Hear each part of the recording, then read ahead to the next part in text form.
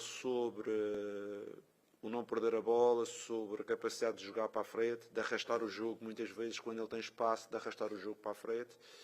E acredito que ele é um modelo de jogador que tem muito sucesso até na Europa, e eu brinquei com ele, eu disse a ele que é um jogador que tem capacidade física, um bom jogo aéreo, um jogo de arrasto também porrar, tem uma boa pressão em termos dos duelos.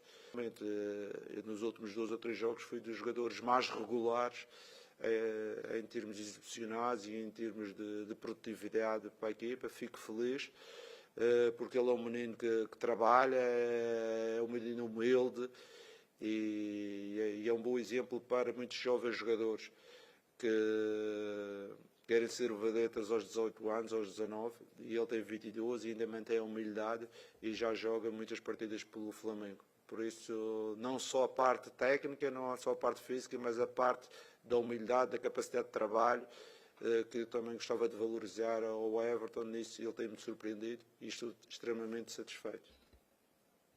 Oi, Leonardo, Jardim, boa noite. Parabéns aí pela vitória no Fla-Flu, Sérgio Lobo, TV Globo, Sport TV.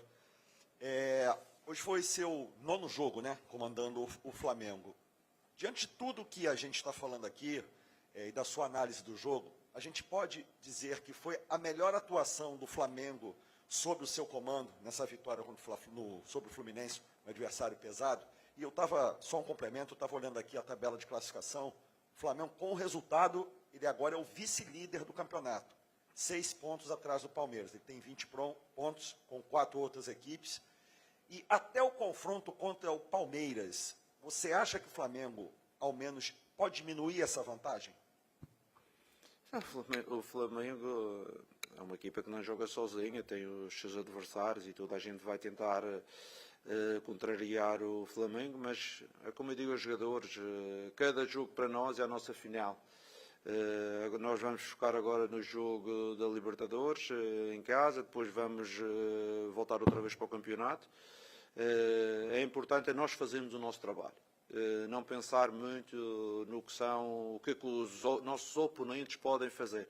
O importante é nós fazermos o nosso, como aconteceu hoje, conquistar mais 3 pontos, continuar a subir na tabela e no futuro a ideia é prevalecer, que é fazer o nosso e deixar ver o que é que vai acontecer aos outros.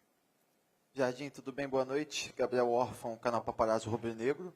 Jardim, eu quero te perguntar um pouco sobre a sua lateral esquerda em específico, que hoje você teve o retorno do Alexandre, né, que não esteve à disposição nos últimos jogos, ele ficou até o fim da partida e ele acabou sendo um dos destaques assim, no lance do gol do Fluminense. Né? Ele acabou praticamente dando assistência para o jogador do Fluminense e do outro lado você tem o Ayrton Lucas, que, embora seja muito criticado pela torcida, tem feito boas atuações, deu uma assistência crucial para o Bruno Henrique lá no jogo contra o Cusco. Queria saber como é que você enxerga essa briga na posição de um jogador mais experiente, que, ao que tudo indica, estará na próxima Copa do Mundo, e do outro lado o Ayrton Lucas, que, embora seja muito criticado, também vem numa constante evolução de crescimento no clube. Obrigado. Eu vejo isso como uma felicidade para o treinador, ter um jogador como o Alex experiência e ter um jogador um pouco mais jovem com a qualidade do Ayrton. O Ayrton é um jogador que já esteve na seleção brasileira, é um jogador de qualidade, não estamos a falar de um jogador qualquer. Foi isso que das conversas que eu tive com o Ayrton, eu disse a ele isto: eu lembro-me de ti na seleção brasileira, lembro-te nos grandes momentos, é esse Ayrton Lucas que eu tenho que recuperar, porque eu necessito de 2 jogadores e 2 jogadores competitivos para que possam dar soluções, porque sabemos que algum dos nossos jogadores encaixar 3 ou 4 jogos seguidos, principalmente aqueles que têm uma certa idade, podem ser um risco de lesão. A gente, quando o Ayrton não jogou antes porque tinha um problema no adutor, teve a resolver e teve que jogar mais com o Alex teve uma mialgia.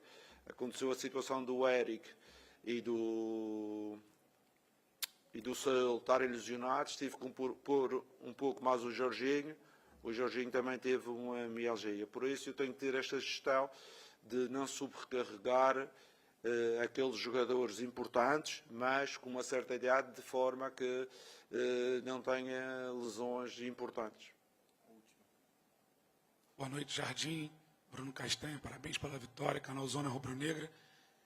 Hoje o Flamengo foi muito intenso, marcou alto, pressionou, fez um grande primeiro tempo, uma grande atuação, no segundo tempo também uma parte. Você já falou que não tem como ser intenso 90 minutos. Fechou a marcação, depois você muda, você adianta o Paquetá e traz o De La Cruz para trás.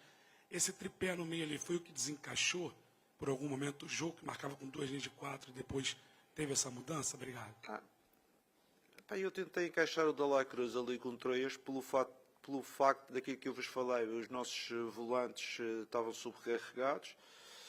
O Paquetá já não estava a conseguir assaltar nas pressões. O Everton também com alguma dificuldade. E eu tentei povoar mais a nossa zona central. Depois estava a sentir que estávamos a ficar um pouco atrás. Meti o BH mais avançado para darmos um bocadinho mais profundidade. E a gente, se avaliar bem, a gente teve uma do BH e uma de situação do Plata, em transição, 2 na cara do guarda-redes, que a gente se faz 2 gols ali e o resultado já vai para 4, não é? E pronto, mas tivemos também, e não vou dizer que é infelicidade, mas não tivemos o bom gesto para matar o jogo ali. Acabamos por não matar o jogo e acabamos por sofrer mais um pedacinho. E sinceramente, se o Fluminense empatasse o jogo, era de uma injustiça tão grande. E eu acho que o futebol não é tão injusto assim. O futebol favorece sempre aqueles que são melhores. Muito bom. Tá? Obrigado a vocês.